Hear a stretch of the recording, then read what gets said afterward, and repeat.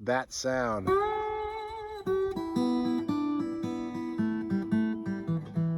Sort of West African Mali sound, you know, that Rycooter did with Ali Farouk Touré, whatever his name is. Hey, quiet down. Daddy's giving a lesson. So I thought, well, how am I going to mix that with what we now know as more traditional Delta blues, or whatever you want to call it, you know, early down there. Before, I mean, that happened after the Great Crossing, you know, from Africa, but they brought those sounds and the pain and the suffering and all that went with it into the music of the Delta. And so I guess what I'm saying is some of the more primitive blues that we love, John Lee Hooker, I got to record a duet with John Lee and play many shows with him. He had that, I think he had that African thing, because he would play with his thumb and he would do this thing, you know, with his fingers. He'd be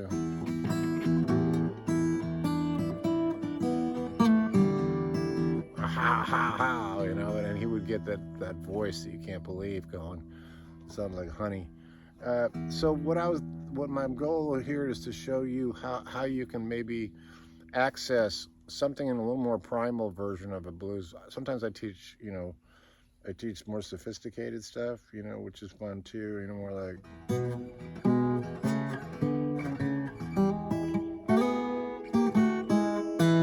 That's fun, that's great. But now I want to go down, I want to go back a little further into more, and I might use a little slide on it. I want to go back to where that stuff came from.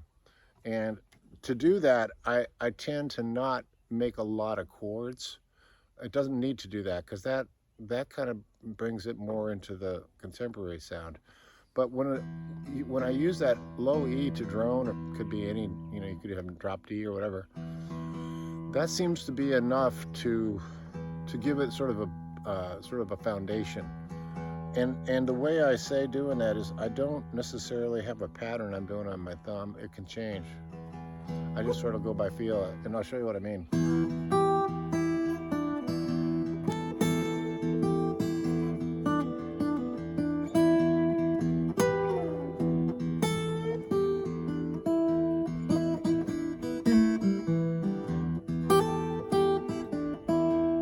So I just did a little lesson on using these notes.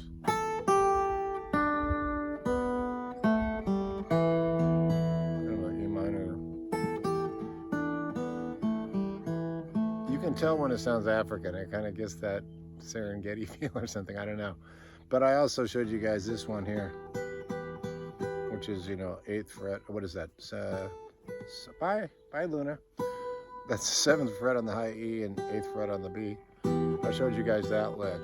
So you can use that together with this.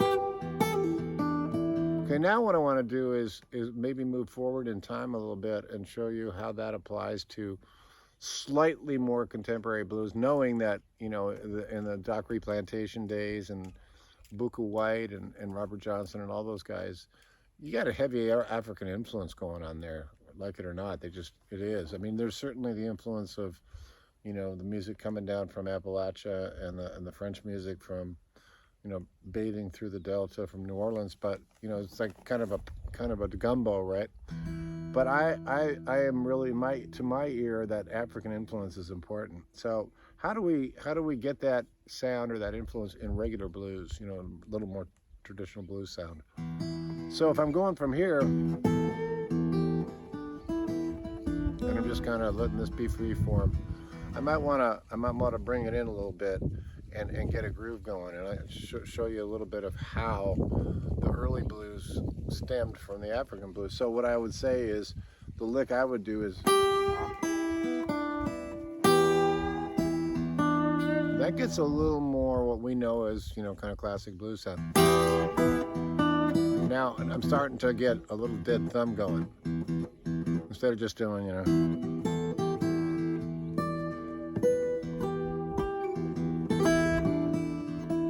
Kind of being random with that thumb. Now I'm starting to lock down with my thumb and get a pocket going. So now we went from, you know, Africa to the fields, and now we're in a juke joint, you know, on Highway 41 or something like that. So that's what this is sort of getting to. So that would sound more like this. Now I got a real dead thumb going. That takes a little more discipline. And what I'm going to add to that, and I'm going to pick it up with my second finger in the 3rd fret of the E and then sort of third fret of the B. So you're starting out with that. Yeah.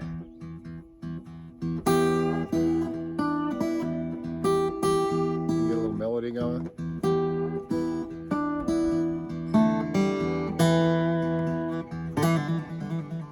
Okay, so what was I doing there? I'm going to slow it down for you because that moves pretty quick. So it's and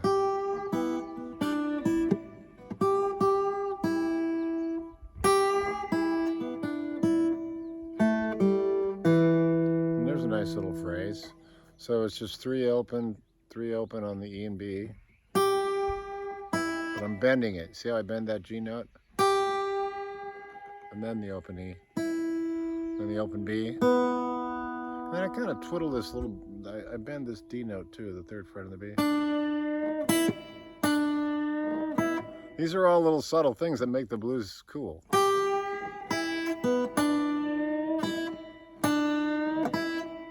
like that.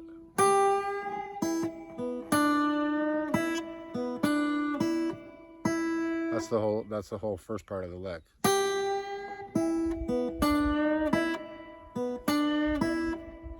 And then the second one, but got same intro.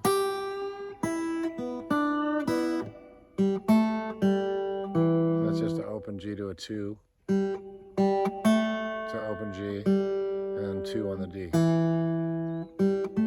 So put it all together, it sounds like this.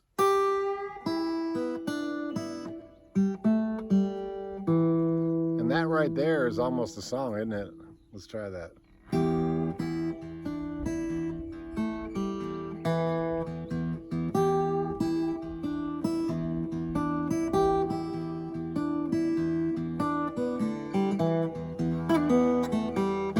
That's a cool lick. And that could lead us into our 4 chord, which is the A. I think I picked that one up from Jimmy Vaughn, I can't remember, but it's a 5th to the, it pulls off from the 5th to the 3rd on the B, and then open B. So pulling off from the 5th to the 3rd and then open B, and then 2 on the G. So, and then open G, and then again the 2nd fret on the D. So in slow motion it would be.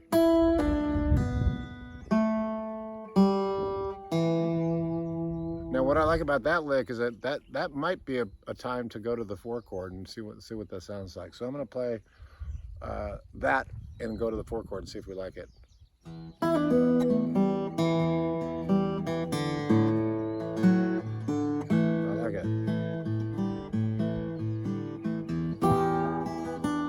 So what I did was I went, and then I went to A. And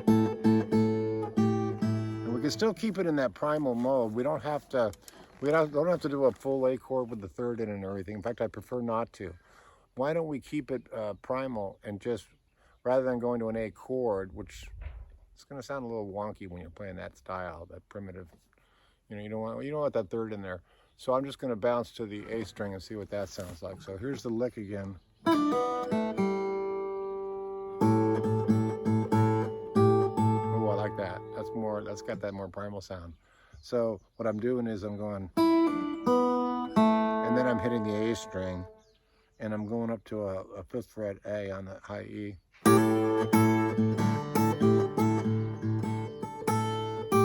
I'm just working off that 3 and 5 on the E. But come up to it, snap up to it.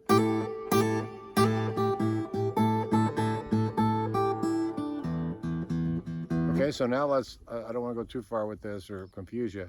So let's keep it really simple. Let's do the lick I showed you, and then I'll go to the A. And between those two, I'd encourage you to experiment because you know those notes work. Okay, that's my point. And you can go anywhere with them. It's very free. It's African style. So here's what it sounds like. Let's see if I can remember what I did.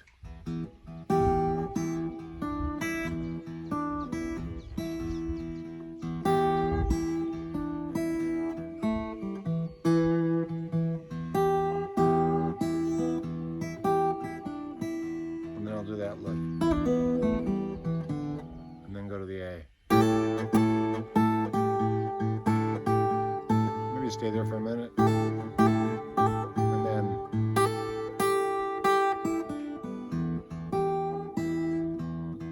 you get the drift.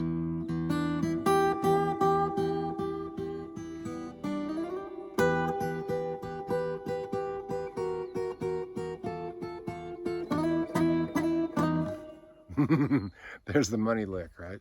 You go all the way up to the 7th with the first finger and the 8th with the second finger, and then walk it down chromatically. Wiggle it though.